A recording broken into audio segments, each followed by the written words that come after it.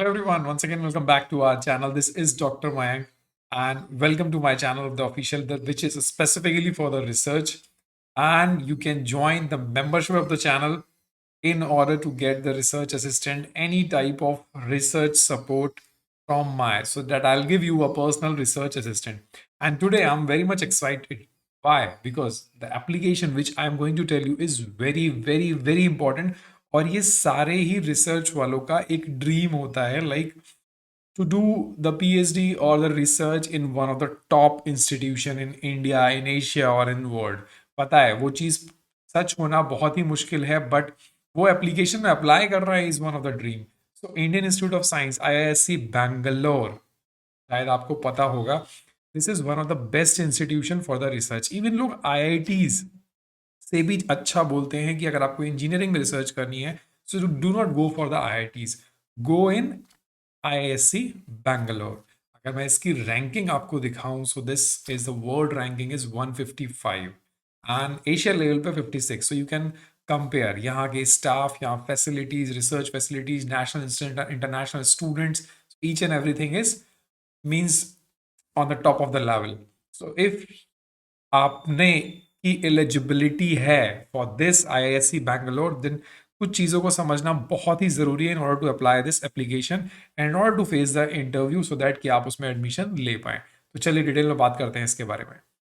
तो see this is the website iisc.ac.in, जहाँ पे जो रिसर्च प्रोग्राम है M Tech research and PhD programs, that is open for everyone. तो इसीलिए प्लीज़ ये सब फॉर्म जो साल में एक ही बार आते हैं, these are very important form. मैं सजेस्ट करूंगा if you are from some state university और कहीं भी हो, अगर यहाँ पे एडमिशन हो जाता है देन यू कैन स्विच. काफ़ी स्टूडेंट्स के मेल आए थे, मैसेज आए थे, like sir we want to change our institution, we are not getting the proper support in our institution.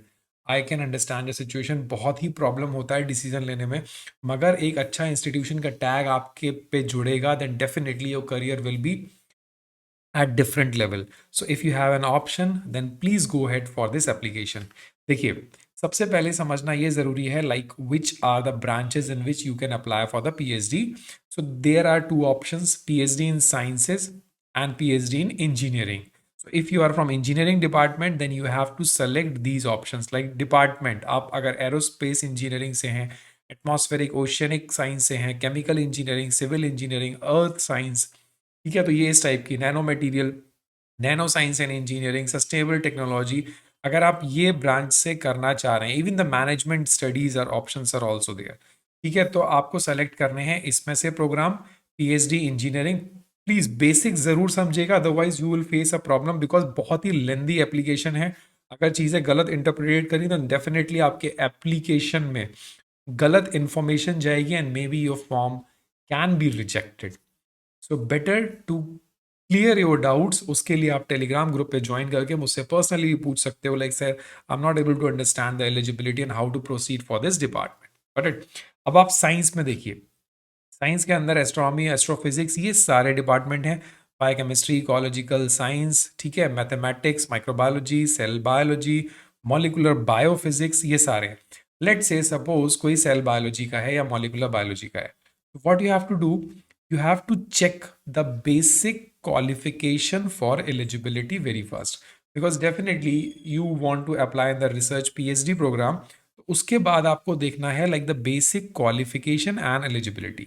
इसके लिए ऑलमोस्ट हर ब्रांच में दो एलिजिबिलिटी हैं, like the very first is the masters और equivalent degree and the bachelors.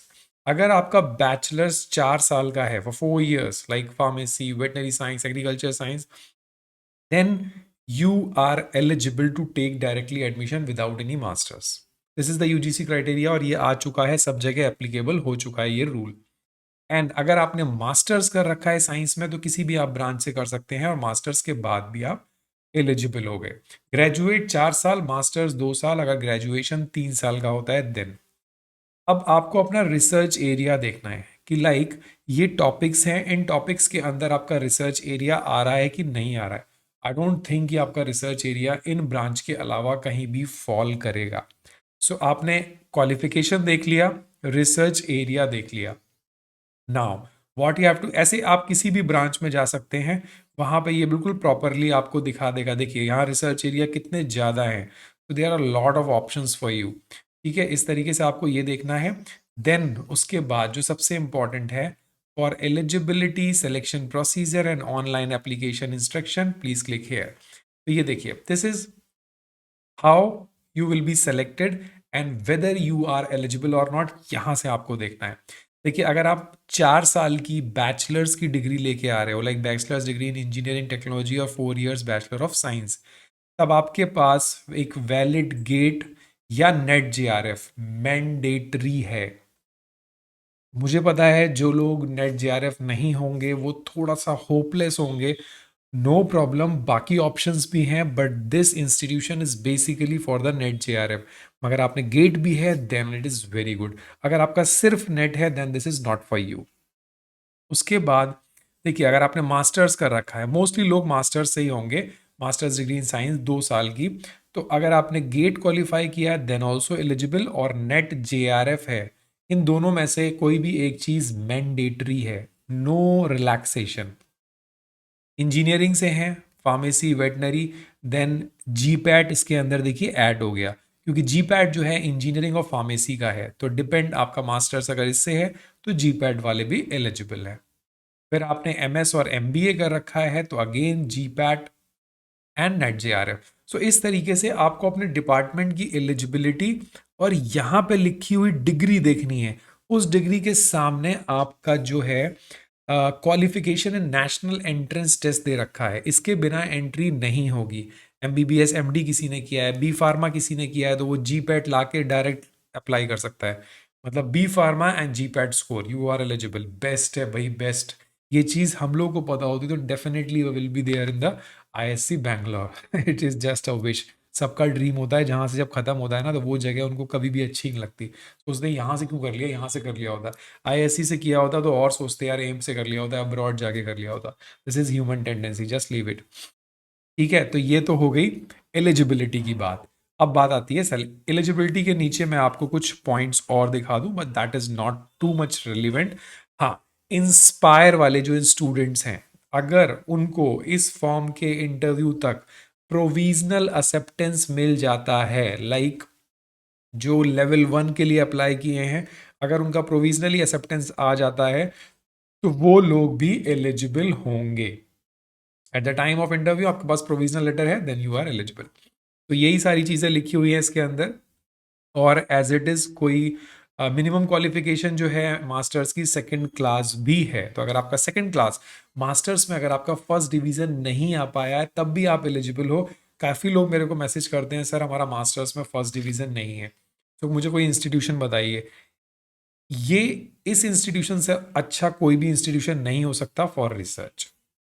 उसके बाद हम चलते हैं सिलेक्शन प्रोसेस पे।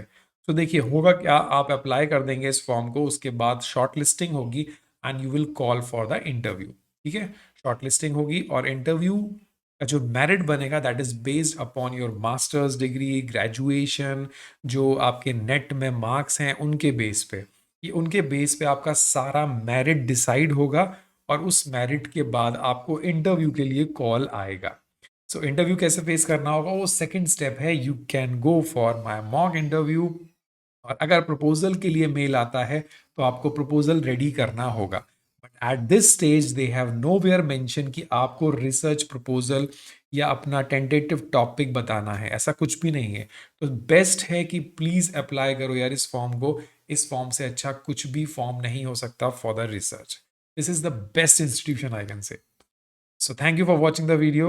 I guess major information I have covered, but if you have any doubt related to the ISC Bangalore or any doubt related to the application, fellowships and your eligibility, then you can ask me. Join the Telegram group. Detail mention है नीचे, आप 3-4 link दे रखे हैं, किसी से भी join करके you can personally interact me. Thank you. Have a nice